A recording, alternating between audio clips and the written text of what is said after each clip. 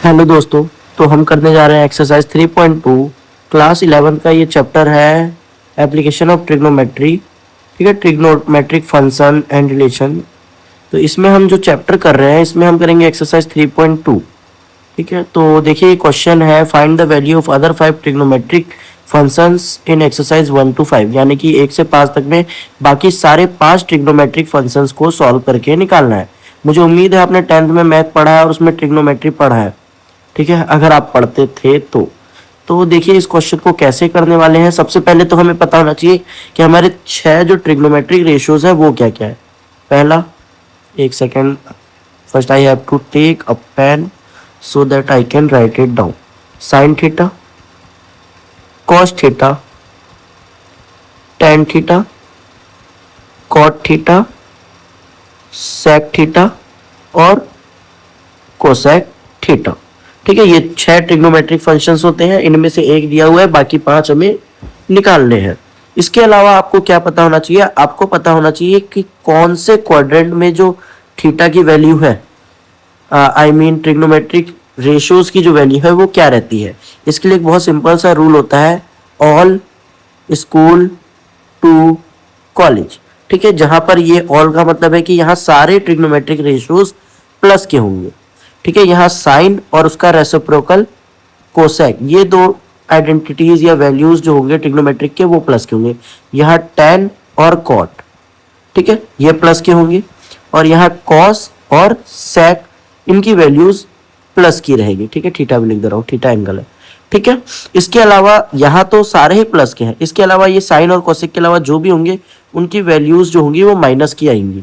ठीक है, ऐसी बाकी 3 क्वाड्रेंट्स में भी होता है। इसके अलावा एक और चीज आपको पता होना चाहिए क्वेश्चन करने के लिए, जो हमारे 3 मेन आइडेंटिटीज है या फंडामेंटल पाइथागोरियन आइडेंटिटीज कहा जाता है ट्रिग्नोमेट्री का, वो पता होना चाहिए। जो कि पहला होता है sine square theta plus cos square theta is equal to, इसकी वैल्यू होती है 1। इसके अलावा 1 प्लस टेन स्क्वायर थीटा, ये हमारा बराबर होता है सेक स्क्वायर थीटा के। और बात करें तीसरे की तो 1 प्लस कॉट स्क्वायर थीटा, ये हमारा बराबर होता है कोसेक स्क्वायर थीटा के। ठीक है, कोसेक को हम सी एस सी भी लिख सकते हैं और थीटा का साइन लगाएंगे तो ये भी सेम चीज होता है, कंफ्यूज नहीं होना है।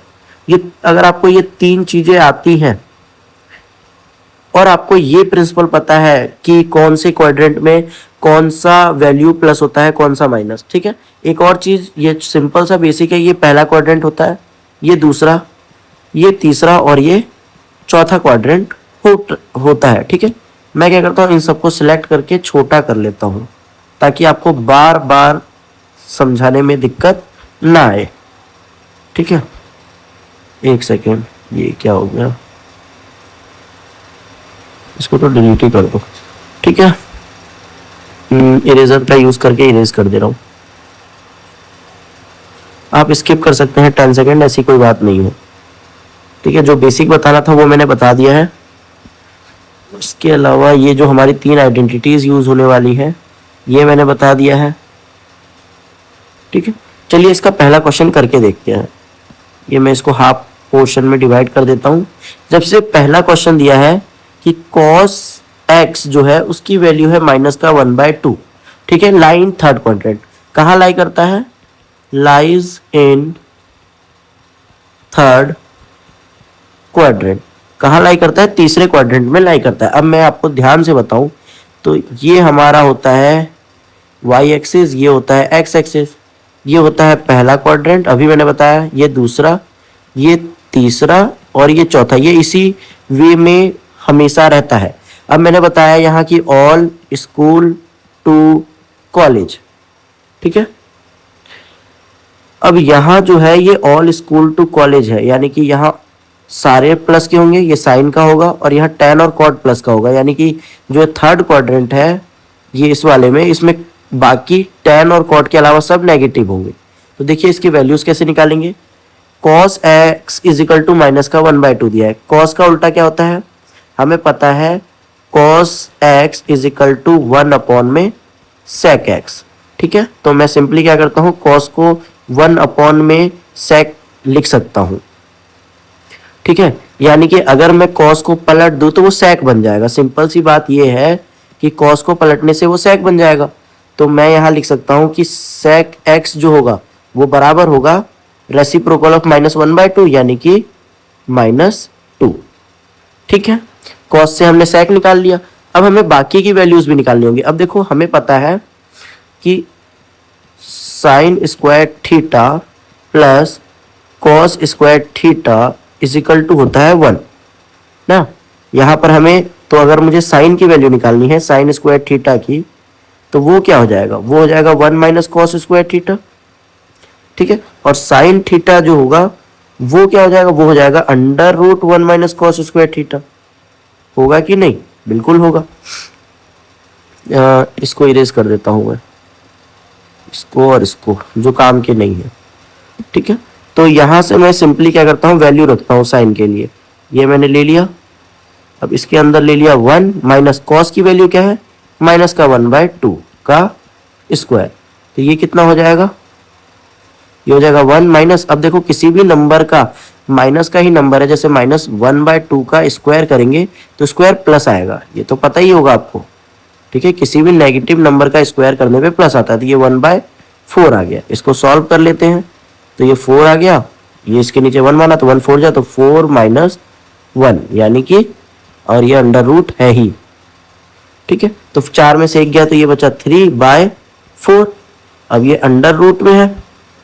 ठीक है, तो 3 को तो √3 लिख सकता हूं, और 4 2 का स्क्वायर होता है, तो साइन की वैल्यू आ गई 3/2। ठीक है, अब जो ये साइन की वैल्यू भी आ गई, कॉस की वैल्यू है हमारे पास, सेक भी निकाल लिया। अगर मैं सेक से चाहूँ तो tan भी निकाल सकता हूँ। तो देखो हमारा, इसको इरेज कर देता हूँ। जो जो वैल्यूज आ रही हैं वो लिखनी है, तो उनको लिख लेना बेटर होगा। ठीक है, ये इरेज कर दे रहा हूं मैं।